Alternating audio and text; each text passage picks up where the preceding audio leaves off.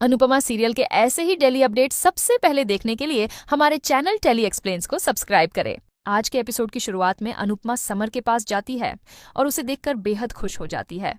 अनुपमा कहती है कि मुझे पहले से पता था कि तुम यहीं कहीं मेरे आसपास हो। अनुपमा दुखी होकर कहती है कि तुम्हें देखने के लिए मेरी आंखें तरस गई थीं। वह समर की नजर उतारती है और कहती है कि तुम बहुत प्यारे लग रहे हो। समर कहता है कि मैं तो प्यारा ही हूं। अनुपमा भावुक होकर कहती है कि तुम दुनिया के सबसे प्यारे बेटे हो, इसीलिए तुम हर पल मेरे दिल में रहते हो। अनुपमा पूछती है कि आज तुम्हें अपनी माँ की याद कैसे आ गई। समर मुस्कुराते हुए कहता है कि जिसकी माँ आप जैसी हो तो उसकी याद कैसे नहीं आएगी। मुझे आपकी बहुत याद आती है। समर कहता है कि मेरी माँ आज भी बहुत सुंदर दिखती है। वह अनुपमा की नजर उतारता है। अनुपमा भी कहती है कि मैं तो पहले से ही सुंदर हूं क्योंकि मैं दुनिया के सबसे सुंदर बच्चे समर की माँ हूं। अनुपमा कहती है कि मुझे अंश में तुम नजर आते हो। अंश की शादी हो गई है, तुम दादा बनने वाले हो और मैं परदादी बनने वाली हूं। यह जानकर समर बेहद खुश होता है और दोनों खुशी से हंसते हैं। अनुपमा कहती है कि अब मैं पहले जैसी डरी सहमी सी रहने वाली माँ नहीं हूं। तुम मुझे रॉकस्टार कहते थे तो अब मैं सच में रॉकस्टार बन गई हूं। मैंने बहुत बड़ा डांस कंपटीशन जीत लिया है। यह जानकर समर खुश होता है। अनुपमा कहती है कि मैं फेमस हो गई हूं, लोग मेरे साथ फोटो खिंचाते हैं और ऑटोग्राफ लेते हैं। समर खुश होकर कहता है कि आप तो सच में रॉक स्टार बन गई हो क्योंकि मेरी मम्मी जो हो।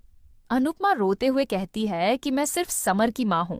तोशु और पाखी तो नालायक है और राही का अलग ही दुख है। समर कहता है कि राही आपसे बहुत प्यार करती है। अनुपमा कहती है कि वो हमेशा गुस्सा ही दिखाती है। समर कहता है कि वो बहुत जल्द आपके पास आ जाएगी। मैं भी आपके पास रहना चाहता था। समर दुखी होता है तो अनुपमा पूछती है कि क्या हुआ। समर कहता है कि मेरी आत्मा को अभी तक शांति नहीं मिली है क्योंकि मुझे मारने वाला आज भी आजाद घूम रहा है। ये सुनकर अनुपमा चौंक जाती है। समर कहता है कि कान्हा जी आपको यहाँ ऐसे ही नहीं लेकर आए हैं। यह कहकर समर जाने लगता है। अनुपमा समर के पीछे जाती है और उससे कारण पूछती है। समर कहता है कि अगर आप यहाँ आई है तो इसका जरूर कोई कारण है। अनुपमा कहती है कि ऐसे अनकही बातें छोड़कर मत जाओ। समर चला जाता है। तभी अचानक अनुपमा सामने गाड़ी आ जाती है। गाड़ी का ड्राइवर गुस्से में आता है और कहता है कि अगर मरने का इतना ही शौक है तो गांव के बाहर नदी में जाकर मरो, प्रकाश भाऊ की गाड़ी के सामने नहीं। अनुपमा हैरान होती है और गाड़ी में प्रकाश को देखती है। अनुपमा कहती है कि ये सड़क पतली है, यहाँ इतने लोग चलते हैं तो आपको गाड़ी धीरे चलानी चाहिए। ड्राइवर गुस्से में कहता है कि क्या तुम मुझे सिखाओगी। अनुपमा कहती है कि अगर जरूरत पड़ी तो वो भी सिखा दूंगी। औरतों से कैसे बात करते हैं, क्या ये तमीज भी सिखाऊं। तभी सरिता आती है और अनुपमा को रोकती है। सरिता प्रकाश से माफी मांगती है और अनुपमा से कहती है कि ये तुम क्या कर रही हो, ये भाऊ की गाड़ी है, वो अंदर बैठे हुए हैं। सरिता अनुपमा को लेकर चली जाती है। प्रकाश की गाड़ी वहां से चली जाती है। दूसरी तरफ अनिल पराग को गौतम के फ्रॉड दिखाता है। पराग कहता है कि अंश इस मामले में मदद कर सकता है, लेकिन तभी मोटी बात ताना मारती है कि क्या अब इतने बुरे दिन आ गए हैं कि हमें शाह परिवार से मदद लेनी पड़ेगी। गौतम जी से गलती हो गई होगी, उन्हें माफ कर दो। पराग कहता है कि अनुपमा जी ने भी गलती की है, आप भी उन्हें माफ कर दो। गौतम ने गलती नहीं, बेईमानी की है। क्या आपको गौतम पर आज भी भरोसा है। मोटीबा कहती है कि वो हमारे जमाई है।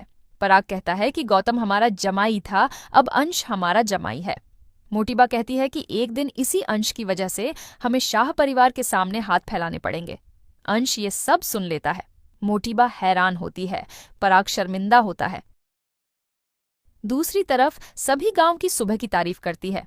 तभी वहां पड़ोस की औरतें आती हैं। सरिता बताती है कि उन्हें डांस रानीज के साथ फोटो खिंचवानी है। डांस रानीज उनके साथ फोटो लेती है। तभी उन औरतों के पति गुस्से में उन्हें बुलाते हैं। सरिता कहती है कि तुम सब अपने पतियों को नाराज मत करो। प्रकाश भाऊ भी कहते हैं कि पति परमेश्वर होता है। यह सुनकर अनुपमा परेशान होती है। सभी औरतें चली जाती हैं। इसके बाद तात्या वहां आता है।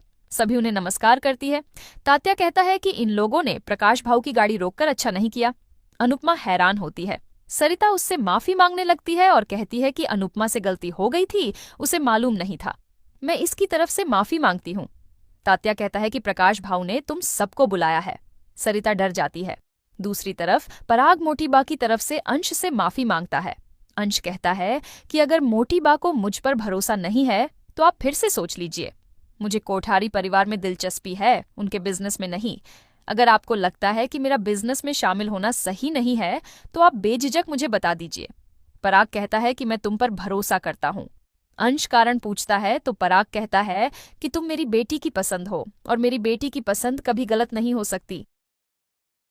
इसी बीच प्रेम को चोट लग जाती है। सभी हैरान हो जाते हैं।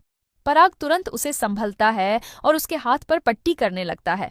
प्रेम कहता है कि ऐसी चोट लगती रहती है। पराग की चिंता को देखकर प्रेम खुश होता है और सभी हंसने लगते हैं। पराग पूछता है कि क्या हुआ? प्रेम कहता है कि आप बहुत क्यूट हो। पराग कहता है कि जब खुद बाप बनोगे तब पता चलेगा कि बाप का प्यार क्या होता है। बाप को भी माँ के जितना ही दर्द होता है, लेकिन लोग बाप के दर्द को नहीं देख पाते। प्रेम पराग के गले लग जाता है। इसी बीच अंश भावुक होकर रोने लग जाता है। सभी हैरान होते हैं और अंश को संभालते हैं। प्रेम कहता है कि मन की बात कह दो। अंश रोते हुए कहता है कि आज मेरे पापा की डेथ एनिवर्सरी है। आप दोनों को देखकर मुझे एहसास हुआ कि मैं जिंदगी की कितनी बड़ी चीज मिस कर रहा हूँ। पराग अंश को गले लगा लेता है और सभी उसे सांत्वना देते हैं। अंश कहता है कि बच्चे अपने पापा के जैसा बनना चाहते हैं, लेकिन मैंने तो अपने पापा को सिर्फ तस्वीरों में ही देखा है। पराग कहता है कि मैं तुम्हारे पापा जैसा ही हूँ, मैंने तुम्हें अपना बेटा मान लिया है। यह सुनकर अंश पराग के गले लग जाता है और उसे पापा कहता है। प्रेम उन्हें देखकर खुश होता है। दूसरी तरफ सरिता तात्या से बार बार माफी मांगती है तो तात्या उसे रोकता है और कहता है कि भाऊ, आज शाम को तुम्हारी टीम का आदर सत्कार करेंगे। सरिता हैरान होती है और सभी खुश होती हैं। सरिता बेहद खुश हो जाती है और कहती है कि हम जरूर आएंगे। राही पूछती है कि ये प्रकाश भाऊ आखिर कौन है? आप उनसे डरती भी है और उनकी इज्जत भी करती है। देविका कहती है कि मुझे भी जानना है कि ये प्रकाश कौन है। तभी तात्या गुस्से में कहता है कि उन्हें प्रकाश भाऊ कहकर बुलाओ। अनुपमा कहती है कि हम सच में जानना चाहते हैं कि प्रकाश भाऊ कौन है। सरिता कहती है कि प्रकाश भाऊ इस गांव के भगवान हैं। उनके सिर पर भगवान का हाथ है और उनके हाथ में देवीय शक्ति है। उनके रहते हुए इस गांव में कुछ भी गलत नहीं होता। तात्या कहता है कि हमारे यहाँ कोई बीमार भी होता है तो वह सीधा प्रकाश भाऊ के पास जाता है। वो अपनी दिव्य शक्ति से उसे ठीक कर देते हैं। जसप्रीत कहती है कि ये तो कोई महान आदमी लगते हैं। तात्या कहता है कि महान नहीं, भगवान है। अनुपमा कहती है कि किसी में श्रद्धा रखना अच्छी बात है, लेकिन अंधविश्वास रखना नहीं। बीमार होने पर हॉस्पिटल ही जाते हैं। इलाज कराने के लिए डॉक्टर के पास ही जाना चाहिए। बाकी प्रार्थना करने के लिए आप कहीं भी जा सकते हैं। तात्या कहता है कि क्या तुम्हें लगता है कि हमें भाऊ पर अंधविश्वास है? अनुपमा कहती है कि विज्ञान और विश्वास को साथ चलना चाहिए। तात्या कहता है कि हमारी सदियों की परंपरा के बारे में गलत कहने का तुम्हें कोई हक नहीं है। ऐसी बात प्रकाश भाऊ के सामने कहने की गलती मत करना। सभी हैरान होती हैं। तात्या बताता है कि प्रकाश भाऊ ने तुम सब मेहमानों के लिए कुछ जरूरी सामान भिजवाया है। वह सामान लाने के लिए कहता है। प्रकाश के आदमी सामान लेकर आते हैं। तभी राही एक आदमी को देखकर चौंक जाती है। उसे याद आता है कि वही आदमी रात में अनुपमा के पास आया था। राही उसे देखकर चौंक जाती है और इसी के साथ एपिसोड खत्म हो जाता है। अगले एपिसोड में देखने को मिलेगा कि अनुपमा डांस रानीज के साथ नवरात्रि के प्रोग्राम में आती है तो वहां पर प्रकाश भाऊ की एंट्री होती है। सरिता प्रकाश को अनुपमा से मिलवाती है और दोनों हैरान होते हैं। आज का एपिसोड आपको कैसा लगा हमें कमेंट करके जरूर बताएं। साथ ही ऐसे ही डेली अपडेट्स के लिए इस वीडियो को लाइक करें और हमारे चैनल को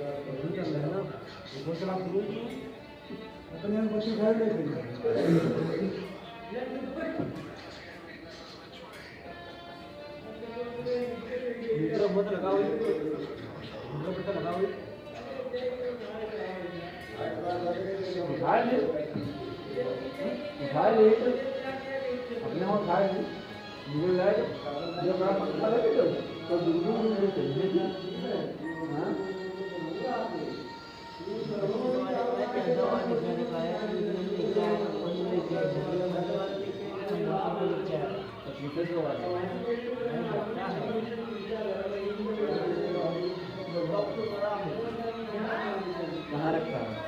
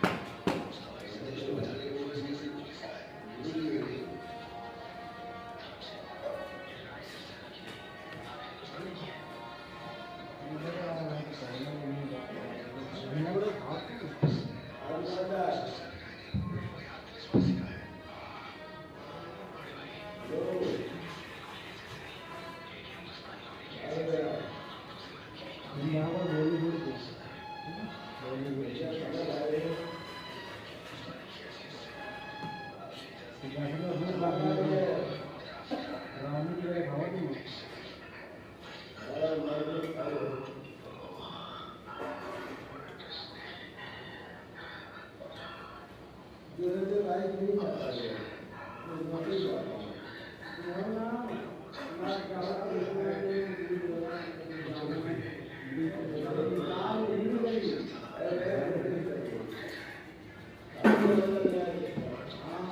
की का धरा है भैया मोबाइल ना उठेबा भैया ना उठेबा वीडियो बनाए रहे हैं ये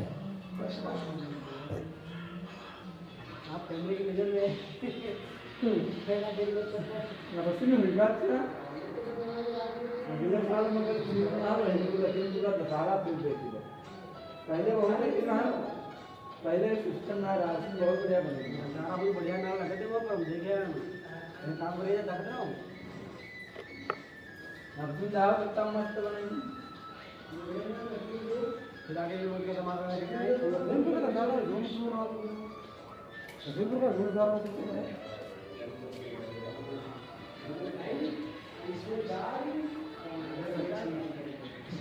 ना मैं आला तो बहुत देख लगी मुझे बता रहा हूँ बहुत देखे ना बहुत देखे मतलब शादी ना रहते ना आज तो धारा ना रहे जिंदा नाम जला के तबाही था और परवातो रावण दले क्योंकि हमें रामपुर की राम नाम का है जरूर चाहिए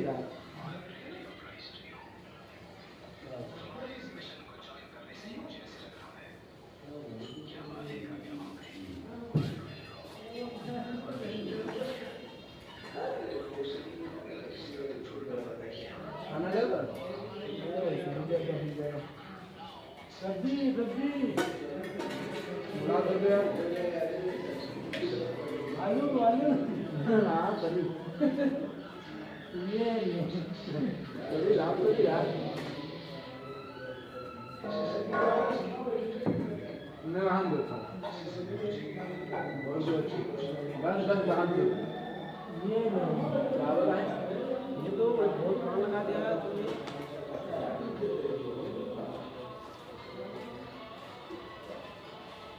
गाना तो मेरा अपने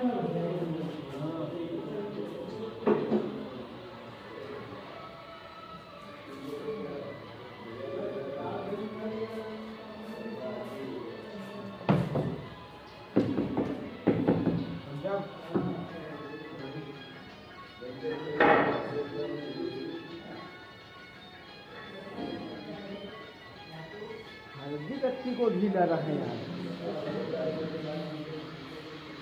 हल्दी कम ढीला करो यार ढीला को मात्रा में लाते